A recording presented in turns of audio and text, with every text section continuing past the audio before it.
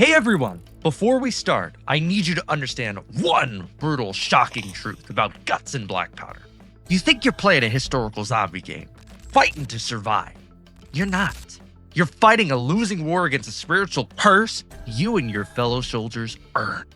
The lore confirms that the dead aren't just hungry, they are damned souls. And the only reason they're walking is because of the mass slaughter and sin in the Napoleonic lores. Literally filled hell to capacity. This means every time you fire your musket, every time a cannon booms, you're not just fighting a war, you're contributing to the sin that brought this entire damnation upon Europe. This isn't a survival game, it's a race to escape spiritual judgment. Forget everything you think you know about this game.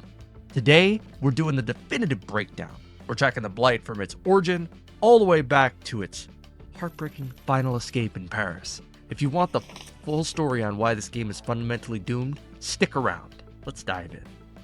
So the first thing you have to understand is that the blight, the infection, is not a virus.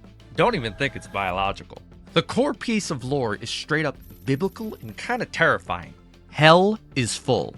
Seriously, the sheer scale of death and sin in that era of constant warfare meant that the souls of the damned had nowhere to go when they died. So what happened? They got shoved right back into their dead bodies. That's why the enemies are called shamblers. They're just lost, cursed souls trapped in rotting meat. This explains everything. This is also why the chaplain is the MVP of this game. That priest isn't just packing medical gear, he's packing faith. His blessing ability, which cures infection, is basically a spiritual confession. He's giving the player one last shot at repentance, which is what breaks the curse. And the crucifix? It's a spiritual weapon that literally repels the damned. It's crazy lore, and it confirms the infection is a straight-up judgment.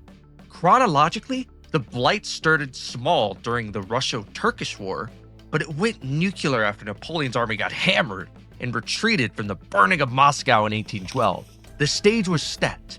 Freezing cold, starving men, and utter disaster. Perfect conditions for the apocalypse to kick off. Here's where the lore gets really interesting politically. The blight is so bad, it forces mortal enemies to hug it out and work together. The French and the British, working together? Mass hysteria. San Sebastian, my favorite map. September 1813. The French are defending the Spanish city against the British and the Portuguese mid-siege. The blight breaks out inside the city walls.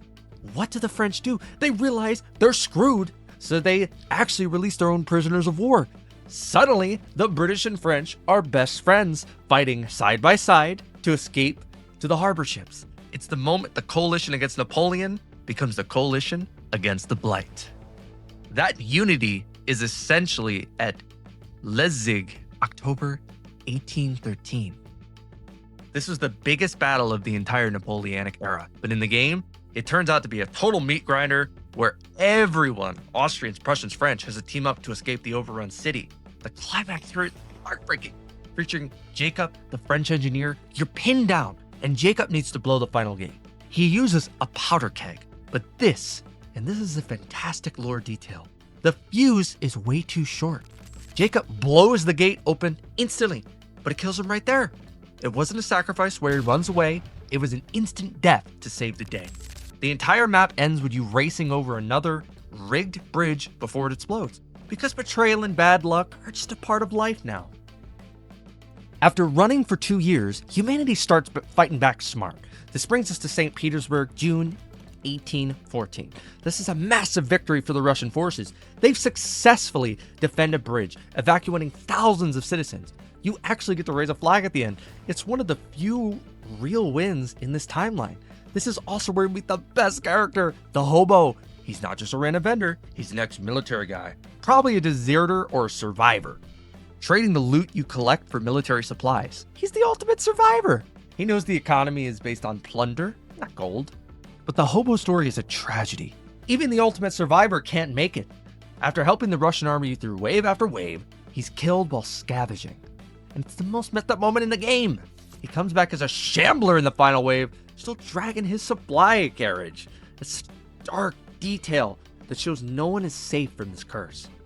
Other stands, like the no escape holdout at the Trenlin Village and the Blunder at Club, where the army accidentally unleashes a quarantine of citizens, just reinforce the idea that humanity is slowly being bred dry. It all comes to a head in 1815. Despite everything, the wars of men are still happening. Napoleon returns, and we get the Battle of Waterloo maps, La Haye-Saumont, and Hegemont. These farmhouses become literal graveyards. The implication is chilling. The human armies wear each other down, making it much easier for the blight to come in and finish everybody off. But the final map is the catacombs in Paris. Paris has fallen. It's over. You're guided by the French officer, Jean, who organized the last-minute escape. You're running through literal tunnels of bones, fighting for your life. This ending is epic. You emerge onto the streets, hold the Notre Dame Bridge, covering the last ferry full of citizens. Listen for the music.